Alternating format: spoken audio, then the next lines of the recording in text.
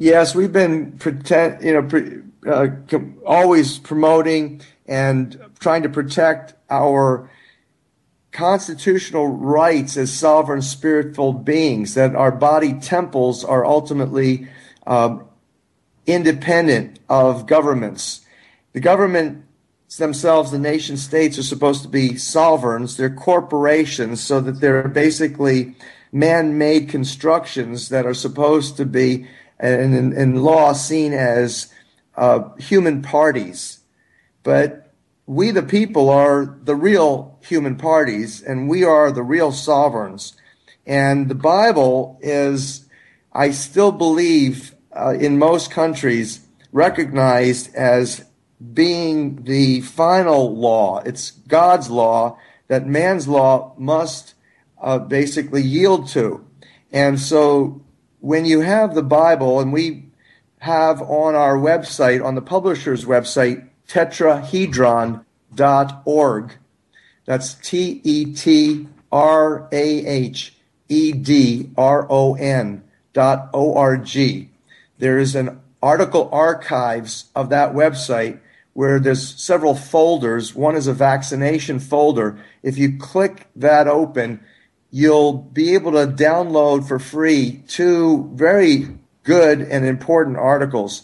One is called that you'll want to download it and print it out and carry it around with you, especially if you're traveling between nations and you're having immigration demand vaccination or certificates of that, or to take into your schools, which are demanding that the children get vaccinated, and to the public health departments, to the nurses and the physicians who are demanding or even just administering blindly, ignorantly, these genocidal weapons.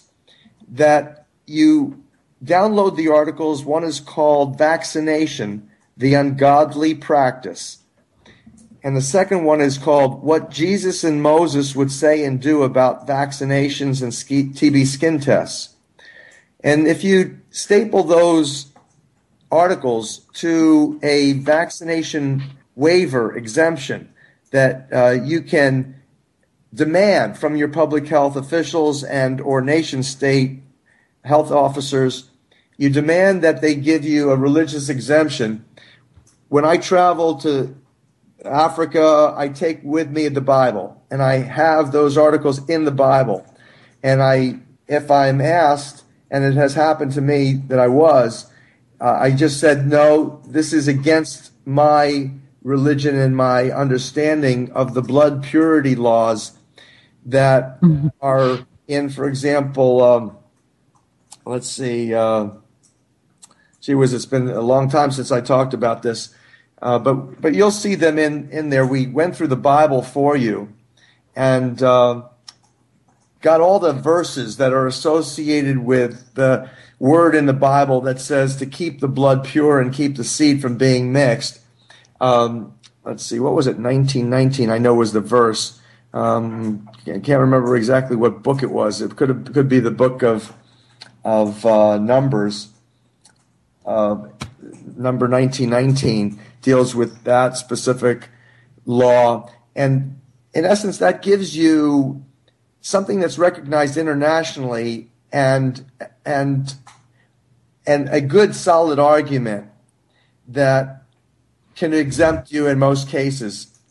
In the United States, I think there's about 48 states that still allow for vaccination exemptions for philosophical, medical, and or religious reasons, and to maintain. So we've been active, my ministry and my associated friends and ministries have been likewise concerned that we continue to protect, for whatever way possible, our right to exempt for religious reasons, and that the issue is of emergency status because, you see, the constitutions and the laws are arrested, that the statutory laws that violate constitutional freedoms in the United States and I suppose elsewhere is under emergency conditions or declared emergency by United Nations and our World Health Organization. That essentially stops all of the legal systems and the mechanisms to resist forced vaccinations. So my final word is that if you find that we're in an emergency situation and you're being told you must do this, I would try to barricade myself in your house with a good shotgun, and or I would find a place to run as fast as I could and or hide as best I could from these weapons of mass destruction. Thank you so much for that. That's very interesting. Dead Poet, you have a question for Len? Yeah, hello, Len. Thank you for your time tonight, and definitely appreciate the info so far. You're just really giving us a great info. I kind of wanted to ask, what do you think that it'll take for human beings to realize that they're essentially being controlled like puppets, and even by puppets? What do you think it'll finally take? Will it the tipping point or this final push to where we will decide to cut the strings and be free again? What do you think it'll take for us to move forward and sort of realize these frequencies and the type of truth and the things that are being talked about tonight? Well, I think it's going to take the coming to fruition of the book of Revelation. I think it's going to be coming to fruition of Bill Gates and George Soros and Rockefeller's Rothschild's plan to depopulate at least probably 6 out of 7 billion people. I believe that it's going to take what happens, like what we're witnessing in Japan, on a larger scale. I believe that an extinction event, that's what they call it, EE, extinction event, where the human race is thrown into the highest level urgency of risk of becoming extinct from potentially radiation. It could become not just nuclear radiation from our hideous reactors. And I say hideous because it's sick and sad that the Tesla technology, the free energy technologies have been suppressed for the polluters and the profiteers off of humanity's depopulation. So this concept that we need to have an extinction event or come close to it for us to finally wake up, it's consistent with a lot of fronts. Number one is, if you look in your own life, you probably didn't learn major lessons until whacked over the head hard enough that you woke up. And that's basically traditionally true for most human behavior and patterns. And the crisis that we're looking at, too, is really something that science has shown. And it's exactly like what's happening in Japan now. It happened here in the United States in Pennsylvania with 3 Mile Island. It's happened in Chernobyl. Repeatedly, when people are faced with emergency crisis where it's life, death, and death is all around, people in droves turn to God. People who were not even religious suddenly find themselves praying to a superpower in the spirit world. And that's what it takes. We're looking with 528 Love Revolution as the greatest revelation of understanding how God's love works to create everything. That all of nature, all of the universal construction, your body electric is all energized musically, mathematically, and we now have the matrix math. We now know the notes. We now know the frequencies of the sounds that make creation. We now know, for example, within this database, the sound of the sun.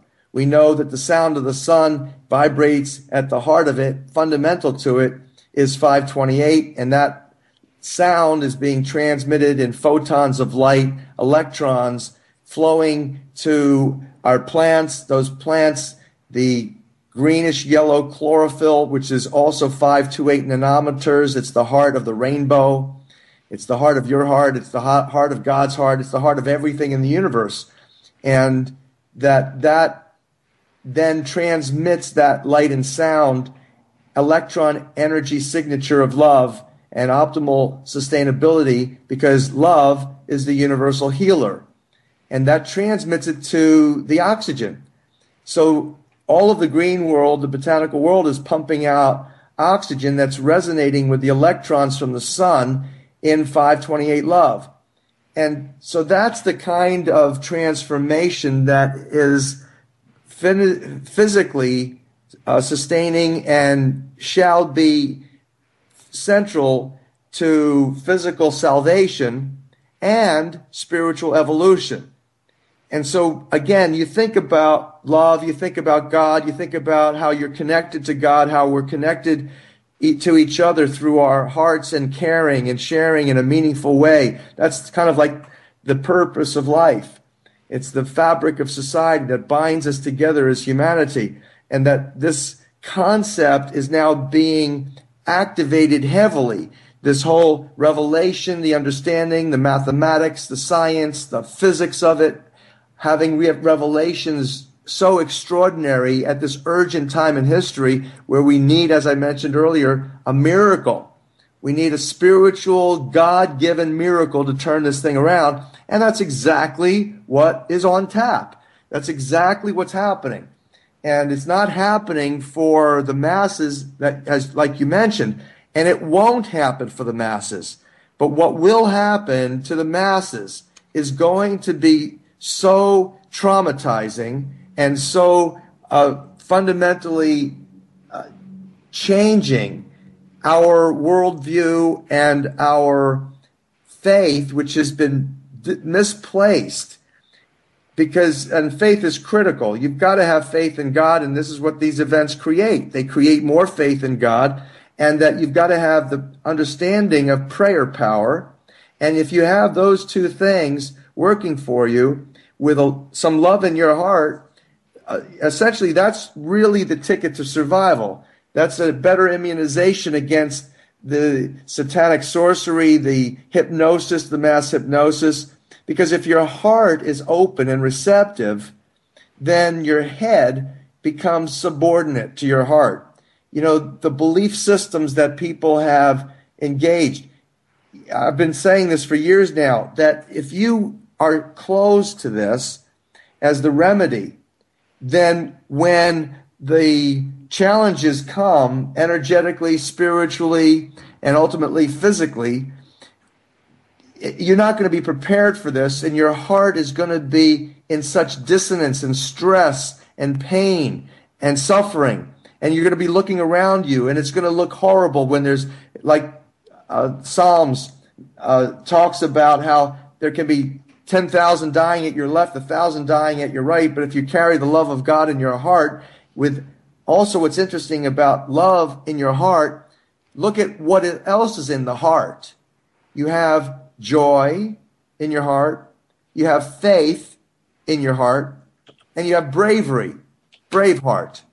So this is central to the central triad of 528 hertz frequency, and that this is the only way to survive, because everybody else is going to suffer from heart failure because they haven't been preparing their hearts appropriately to open their hearts to receive this level of spiritual anointing to sustain them physically as we go through this massive depopulation age. Awesome. I only have a follow-up to ask. I'm sure you're familiar with the Schumann resonance. What is the connection between the 7.83 hertz versus the 528 and us as humans versus the